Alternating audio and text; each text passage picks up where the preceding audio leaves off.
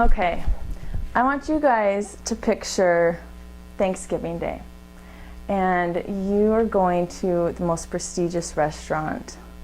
They're known for delicious, delicious food. You're really excited. You arrive, you sit down at the table, the server brings you your menu, and you look down and you choose your most favorite thing on that menu. You anxiously await the arrival of your food. You see your server coming, you get really excited. You pick up your fork, they put the plate in front of you, and you look down. But instead of seeing turkey and mashed potatoes and pie and all the really good things, you look down and you see a plate full of crawling bacteria and live viruses. And I'd ask you, would you still eat it? Would you take that fork and still eat a big fork full of viruses and bacteria? You're saying no, but the reality is 80 to 90% of what you eat daily contains those same bacteria and viruses. I'm a concerned consumer, I'm a mother, I'm concerned with health, and so I just want to talk to you guys a little bit about the dangers of some of these genetically modified foods that do contain viruses and bacteria. Let's start just by discussing what genetically modified food are, what they are. According to the FDA, a genetically modified organism, or a GMO, is an organism whose genetic material has been altered using genetic engineering techniques. How is this done? It's done simply by sharing a desired DNA and putting it directly into the DNA of an organism that you want to change. So we can use the example of a tomato. Tomatoes are really prone to freezing. So for a farmer, he's really concerned about weather, about a freeze. So what they've done is they've taken a DNA sample from a flounder in the Atlantic. This flounder can survive temperatures well below freezing. And they've put that DNA sample into a tomato. So suddenly you have a tomato that can withstand freezing temperatures and you have a high yield crop. The problem is that your tomato can't just be genetically modified with another DNA component. The only way to modify a cell is through invasion of a bacteria or a virus. So these companies are injecting changed DNA that in theory would really help this tomato to withstand a freezing temperature, but it's only injected and modified by injecting a virus and a bacteria. So I brought this today. This was from my personal kitchen. Nothing really fancy, but I really love fruits and vegetables. Like I said earlier, I believe in health. I believe in fresh foods and unprocessed foods. So I brought in things that we typically eat. My son loves watermelon. I love oranges. My husband loves avocados. We just really love these things. And for up until this point in my life, I thought this was really healthy. And then I started asking questions when I began doing research for this presentation. And every single item that I brought from my kitchen today is genetically modified. There's nothing here that doesn't have, that wasn't modified or improved by using a bacteria or a virus. Genetically modified organisms are under a lot of attack right now, and for good reason. There are multiple studies condemning them and exposing them for what they're doing to animals, rats, and even humans. There's a 2-year French study that was published a few months ago that showed genetically modified corn that was fed to rats. These rats suffered high rates of fatal cancers over this 2-year period. 50% of the males died and 70% of the females died. There's a study by the International Journal of Biological Science that found a link between genetically modified corn consumption and organ failure, kidney failure, liver disease, as well as heart failure. Yet another study by Russian Academy of Sciences showed shocking statistics.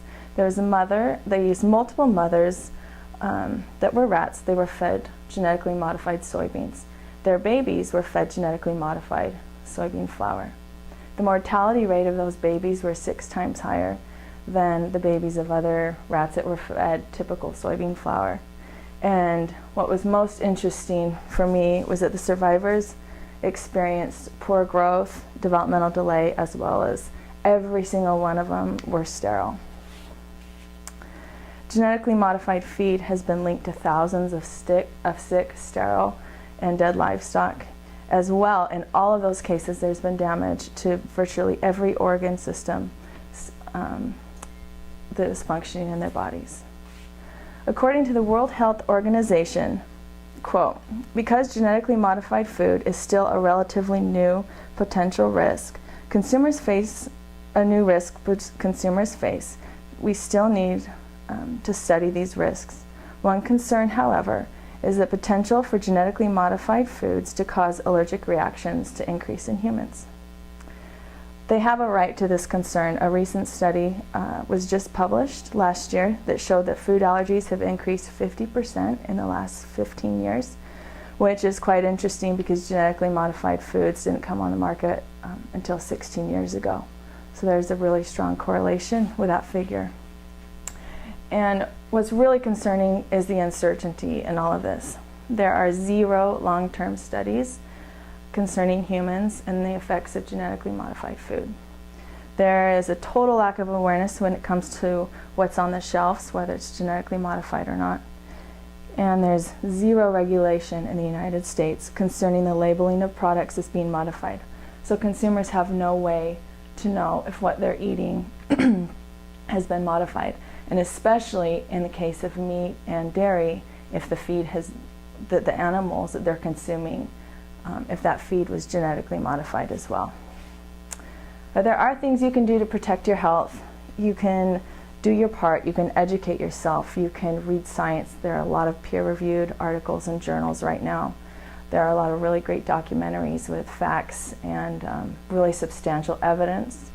You can share the information with your friends and family. You can buy organic and show support for the local farmers who refuse to grow genetically modified food.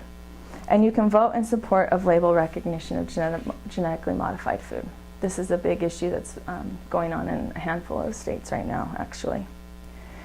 By ignoring this obvious issue and choosing to do nothing, you indeed unknowingly choose a path of disease likely for yourself and possibly for your children. Do we really want to wait and receive cancer statistics for 20 years from now compared to right now? Do we really want to wait for more research to come linking disease in humans to genetically modified food? The vast majority of scientists in the field really feel like there's enough evidence already present to show that we need to take action right now. We don't need to wait for every child to develop a food allergy. We don't need to wait for every disability to grow exponentially before we stand up and say, we don't want to eat this, please stop doing this to our food. We can do something now.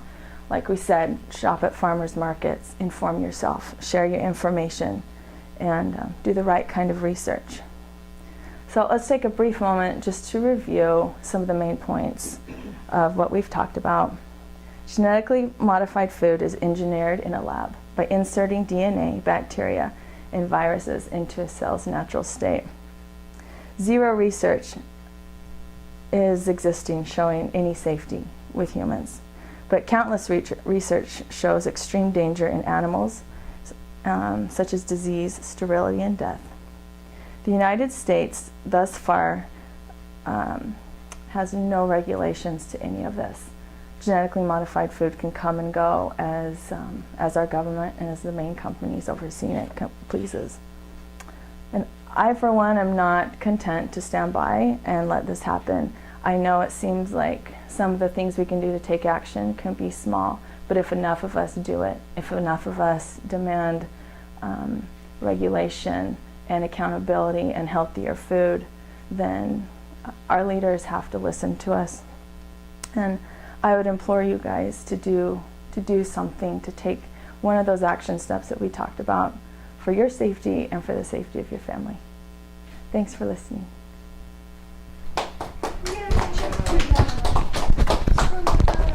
I know, oh my gosh.